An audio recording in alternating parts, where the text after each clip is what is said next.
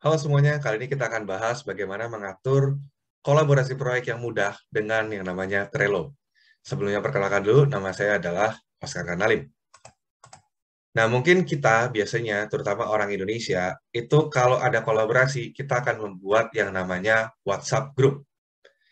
Dan di situ biasanya kita akan undang orang-orang yang ada dalam kolaborasi tersebut, dan kita ngobrol di sana terkait bagaimana melakukan kolaborasinya. Nah, permasalahannya adalah kalau kita menggunakan WhatsApp Group, itu kadang kurang terstruktur. Jadi kadang kita nggak tahu siapa sih yang tanggung jawab untuk tugas A, siapa yang tanggung jawab untuk tugas B. Lalu juga kita kadang-kadang nggak tahu, ini deadline-nya kapan, terus mana yang harus diprioritaskan terlebih dahulu. Kenapa nggak tahu? Karena kan WhatsApp Group itu intinya buat chatting, untuk ngobrol, gitu kan. Dan obrolan itu tidak terstruktur. Selain itu, WhatsApp Group juga biasanya kurang terdata. Karena sifatnya chatting, otomatis ketika notifikasinya banyak, kita tidak akan baca detail. Kita hanya akan baca yang bawah-bawahnya saja. Nah, untuk menangani itu biasanya beberapa mungkin menggunakan yang namanya Google Sheets atau Google Docs. Ini bisa dipakai, tapi tetap ada kekurangannya, yaitu kurang intuitif. Kenapa kurang intuitif? Karena sebenarnya Google Sheets dan Google Docs itu tujuannya adalah untuk membuat dokumen, bukan untuk memantau proses kolaborasi. Dan salah satu kekurangan lainnya lagi adalah tidak ada notifikasi. Misalkan ketika deadline mendekat, atau mungkin ketika ada perubahan di sebuah pekerjaan. Karena itulah muncul yang namanya Trello. Nah, Trello ini platform kolaborasi proyek yang nyaman digunakan, dan kelebihan lainnya adalah sebagian besar fiturnya itu bersifat gratis. Jadi ini bisa digunakan untuk organisasi ataupun institusi tanpa mengeluarkan biaya tambahan. Nah, sekarang gimana cara pakainya? Kita langsung masuk saja ke trello.com. Lalu kita bisa login menggunakan akun Google. Tapi kalau mau bikin akun sendiri juga boleh. Nah, setelah itu kita akan membuat yang namanya workspace. Jadi di sini ada tombol create a workspace.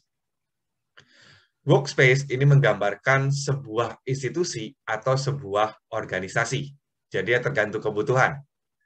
Dan di sini kita tinggal tuliskan namanya. Misalkan, oh ini organisasi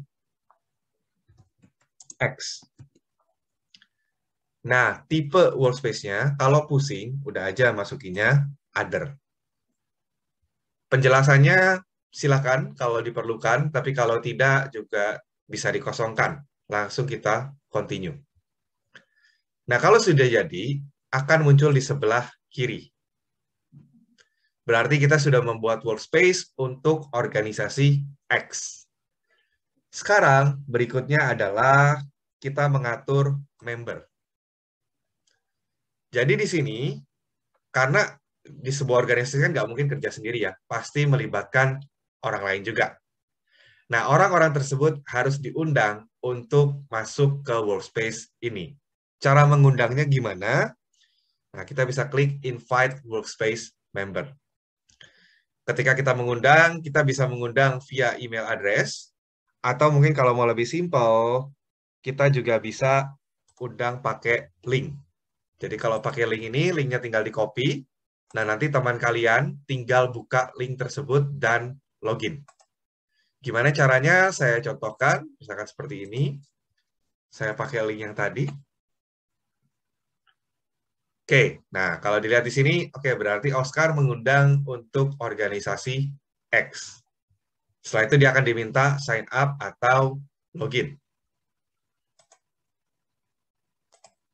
Nah, anggap saya sebagai anggota yang lain itu sudah login untuk organisasi X-nya.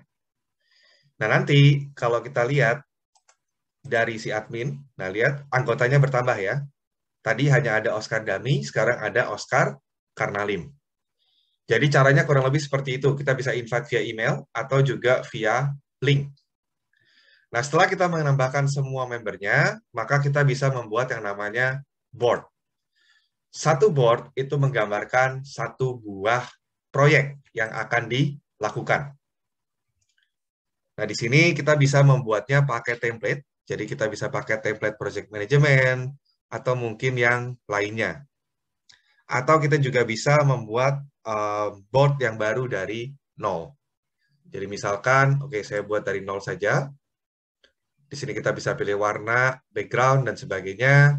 Cuman yang paling penting adalah nama dari board tersebut atau nama dari proyeknya. Misalkan nama dari proyek saya adalah webinar Y pada Februari 2022, misalkan. Nah, di sini ada yang namanya visibility. Visibility ini ada 3 jenis, dan secara default kita akan dipilihnya adalah level workspace. Level workspace artinya semua member dalam workspace tersebut dapat mengedit isi dari board ini. Jadi mereka bisa ganti-ganti isinya sesuka mereka, selama mereka adalah member dari workspace tersebut. Kalau misalkan private, nah private ini berarti dia hanya untuk orang-orang yang memang ditambahkan spesifik ke board tersebut. Jadi spesifik ke proyek tersebut. Jadi kan kadang-kadang kita punya beberapa event yang mungkin khusus untuk mungkin divisi tertentu. Nah, itu bisa dipakai private. Ada juga yang namanya public. Public ini sebenarnya mirip dengan level workspace. Jadi yang bisa edit itu hanya member di workspace tersebut. Tapi perbedaannya adalah kalau public, kita bisa punya sebuah link, dan link itu bisa dilihat oleh semua orang. Jadi orang bisa lihat progres proyeknya kalau mereka mau. Jadi ini tentu saja bisa dipakai kalau memang tujuan kita adalah transparansi proses. Tapi untuk sekarang kita pakai yang workspace dulu saja, jadi tidak kita ganti. Lalu kita buat. Nah, ini adalah tampilan awal dari sebuah board atau sebuah event. Di sini kita bisa membuat yang namanya list. Biasanya untuk kolaborasi kita punya 3 jenis list, yaitu apa yang akan dilakukan, ya kan? Apa yang sedang dilakukan, dan apa yang sudah dilakukan. Berarti yang pertama itu kita punya yang namanya to do, gitu kan, yang akan dilakukan. Yang kedua adalah yang sedang dikerjakan, berarti anggaplah namanya doing. Dan yang ketiga adalah yang sudah dikerjakan, yaitu done. Di sini kita juga bisa menambahkan list-list yang lain. Jadi misalkan, oh saya pengen ada list untuk menyimpan target kerja jangka panjang, misalkan. Itu juga boleh. Jadi tidak terbatas hanya 3 list ya. Tapi umumnya kalau untuk kolaborasi kita punya 3 seperti ini. Nah, setelah itu ada yang namanya card. Card ini apa? Card ini adalah sebuah task atau pekerjaan. Jadi di sini ketika kita punya proyek, itu kan kita punya banyak pekerjaan yang harus dilakukan kan. Contoh nih, misalkan ketika kita ingin mengerjakan untuk proyek bikin webinar Y gitu kan. Nah, ketika kita bikin webinar Y kan kita perlu pertama, kita perlu siapkan daftar pemateri. Nah, itu adalah satu buah task. Kita tulis, siapkan daftar pemateri. Lalu yang kedua, misalkan, oke, kita perlu siapkan platform webinarnya. Terus mungkin berikutnya lagi adalah desain poster. Dan seterusnya. Di sini semua member bisa menambahkan. Jadi kalau dia merasa, oh perlu tambah task lagi, tambah pekerjaan lagi, tulis saja langsung di sana. Nah, untuk setiap task atau card, ini kita bisa edit lebih jauh. Jadi tinggal diklik saja, dan dia akan keluar informasi yang lebih detailnya. Pertama, kita bisa ganti judulnya. Tinggal klik aja, misalkan, oh saya pengen ganti jadi ada tulisan webinar Y-nya. Lalu untuk OK-nya kita tinggal pencet Enter. Berikutnya lagi, ada yang namanya deskripsi atau penjelasan. Jadi misalkan nih, kan kalau untuk sebuah pekerjaan, kita kadang-kadang perlu juga penjelasan detailnya. Contoh, ketika kita undang pemateri, kita kan perlu tahu pemateri yang mau diundang seperti apa. Misalkan nih, oke, saya perlu perlu 3 pemateri dengan latar belakang IT, misalkan. Dan seterusnya ya. Kalau sudah, tinggal di save. Setelah itu, kita akan mulai lihat tombol-tombol yang di sebelah kanan. Ada apa aja sih di sini? Oke, pertama ada member. Jadi member ini kita bisa menambahkan member-member yang lain ya. Jadi kalau dilihat di sini, kalau ingin ditambahkan, boleh. Terus berikutnya, ada yang namanya label. Label ini gunanya apa? Label ini gunanya macam-macam sebenarnya ya. Jadi misalkan nih, untuk sebuah task, kita bisa menentukan level urgensinya. Jadi misalkan, oh ya kalau merah, misalkan merah, kita kasih tanda berarti sangat mendesak. Lalu kita save. Dan anggaplah, oh ini kita pakai ya, berarti tinggal diklik. Atau kita juga bisa menggunakan label ini untuk menentukan kategori. Jadi misalkan, kan ada beberapa pekerjaan mungkin yang melibatkan orang luar, misalkan. Kita tandai misalkan dengan warna kuning. Kita tulis melibatkan pihak eksternal. Lalu kita save. Oke, kita pakai seperti ini.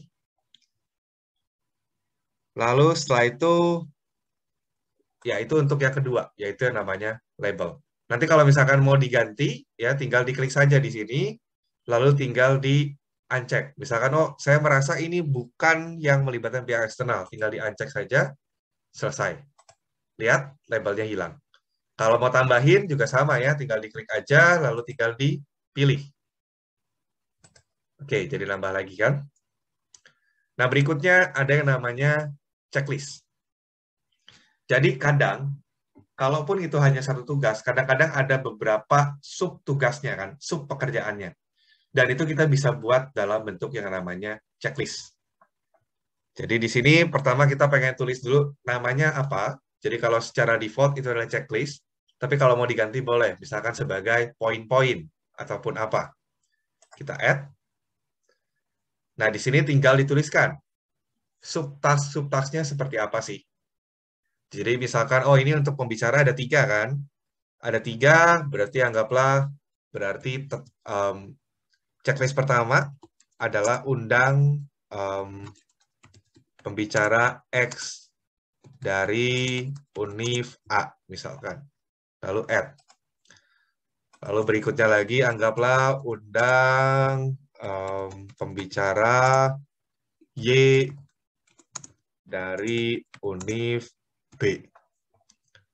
Lalu berikutnya lagi ada juga misalkan undang pembicara Z dari Univ C.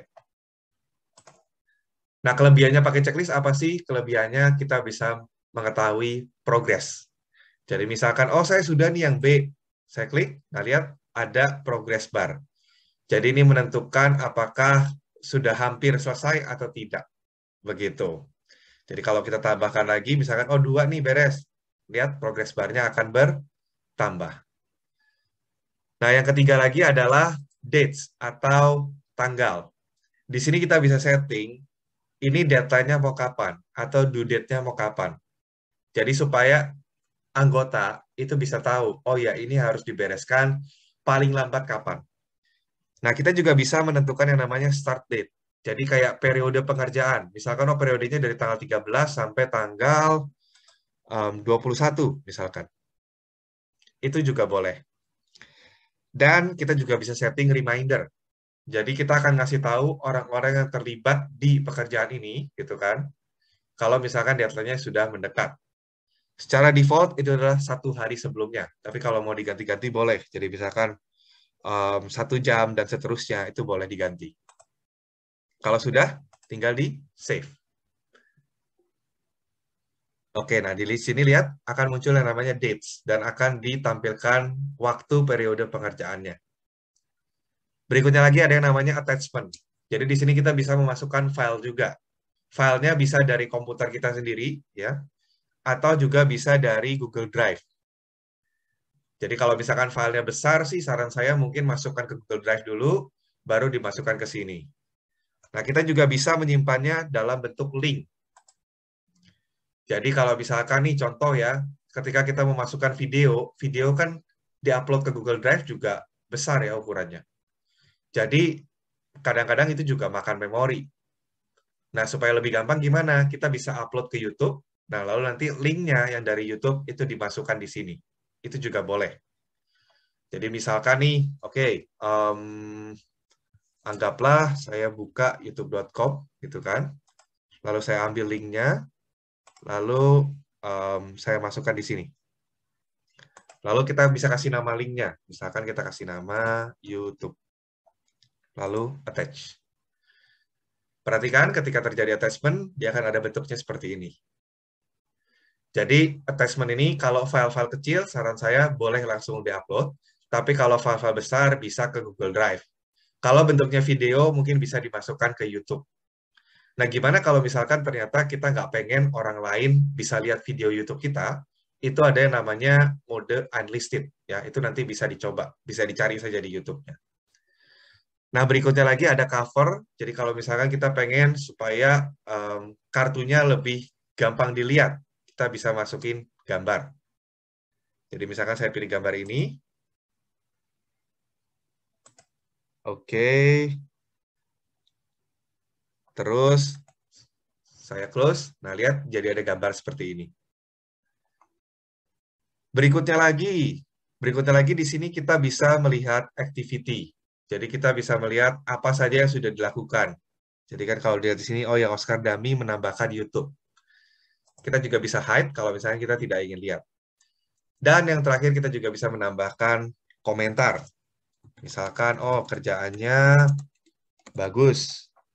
Lalu kita save. Nah, nanti akan ada tulisan seperti ini. Jadi kita juga bisa mirip seperti ketika di WhatsApp group ya. Kita bisa saling komentar satu sama lain. Perbedaannya adalah di sini semuanya terdata.